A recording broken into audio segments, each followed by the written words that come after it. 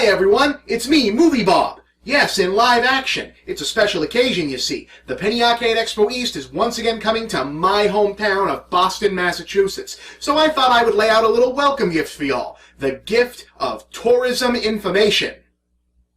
Yeah. So, the Penny Arcade Expo East, or PAX East, takes place inside this here building, the Boston Convention and Exhibition Center, officially located at 415 Summer Street in Boston, but like everyone else in town, more accurately identified as the thing over there. Yeah, over there. Go over there. This whole area of town is generally referred to as the waterfront or Seaport area, though the center itself is technically about 2 blocks from the actual water. Speaking of which, directly across the street from the exhibition center, you'll find this elevated strip of road and walkway called the World Trade Avenue, which effectively lets you cross over Congress Street and go to this building, the Seaport World Trade Center. If you go down the street level at the Trade Center, you'll be on Seaport Boulevard, which eventually turns into Northern Avenue, because we do that here as you head east. Either way, it's an area where you can find a lot of nice restaurants and bars should you find yourself hungry or just looking to get out for a bit. Oh, and if you need provisions at all, last time I checked, there was a 7-Eleven convenience store like right here on Seaport. And guys, these are busy streets, so please obey all traffic laws and traffic signs. Remember, Boston may be a small, big city, but it's a busy city, so use common sense. Now, obviously, if you came to PAX, you probably want to spend the bulk of your time, at PAX. But should you find yourself with some time to kill, maybe an extra day in town before or after, or you're just looking for something different to do, there is quite a bit to see in town that might strike your fancy. First things first, though, let's talk about the tea. Getting around Massachusetts can be a challenge, particularly because these are really old cities designed back when your primary modes of travel were foot, horse, or cot. Unless, of course, for some reason you inexplicably knew parkour in the 1770s. And why, yes, Assassin's Creed 3 cosplayers, many of those historical buildings and structures from the games are indeed still standing today. Please don't climb anything. Even if you brought a car with you, you'll probably find the easiest way and most affordable way to move about Boston is the city's large public transit system, an interconnected network of bus, trolley, and subway lines operated by the Massachusetts Bay Transit Authority, which locals refer to as the T. Ah, yes, the T. Welcome to my work week. Okay, here's the map. Now, obviously, not everyone is staying near the exhibition center itself, but for the sake of clarity, we'll use that as a reference point, though it's always a good idea to look up the nearest MBTA station to your specific location. To use the T, you're going to want to purchase yourself some fare payment cards called Charlie cards, or paper versions called Charlie tickets. And to give you guys some idea of what kind of sense of humor Boston has about its public transit system, Charlie is named after a fictional character from a 1940s folk ballad about a guy who got on the MBTA and then was never actually able to get off of it. The majority of the Boston MBTA travel occurs on the red, orange, and green lines in town, which are called subways even though long stretches of them are in fact above ground. Hey, here in Boston we work with what we have. The closest T stop to PAX, however, is the World Trade Center stop located right here. This is the Silver Line, which is actually a set of extra-large buses that travel partially underground. We work with what we have.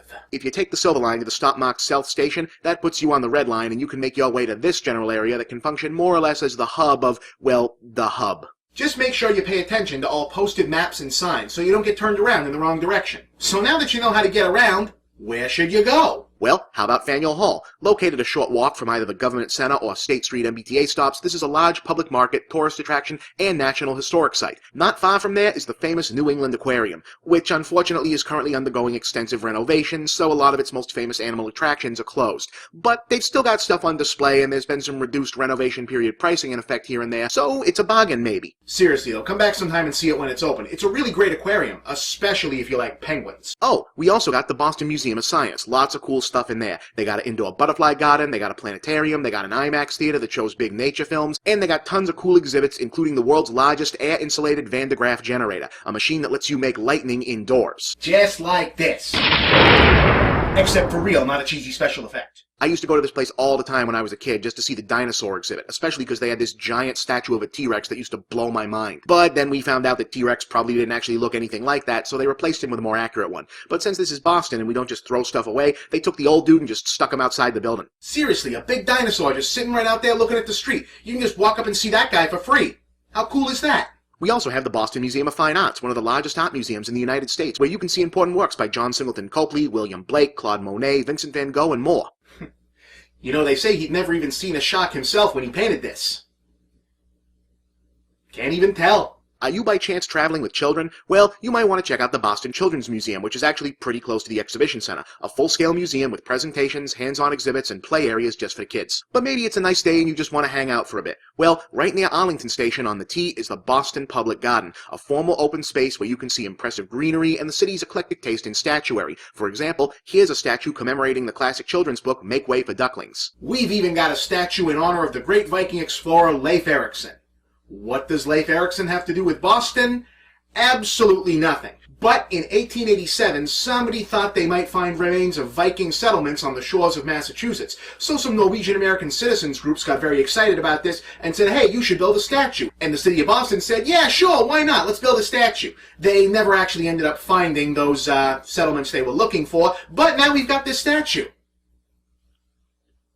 It's pretty cool looking, though. Across from the public garden is the famous Boston Common, which has a lot of history in its own right and is also just a damn nice park. Nearby, you'll find Boston's Theater District and the starting point of the Freedom Trail, a marked walking tour of the city's historical sites. But of course, no rundown of the city of Boston would be complete without a mention of our most holy of all holy sites, Fenway Park. Of course, it's March, so the Sox ain't here and there's no baseball to go to, but you can check out the historic park's exterior, and since it's a ballpark, there are lots of good bars, restaurants, and shops in the area that you can check out. There's also a pretty big movie theater there.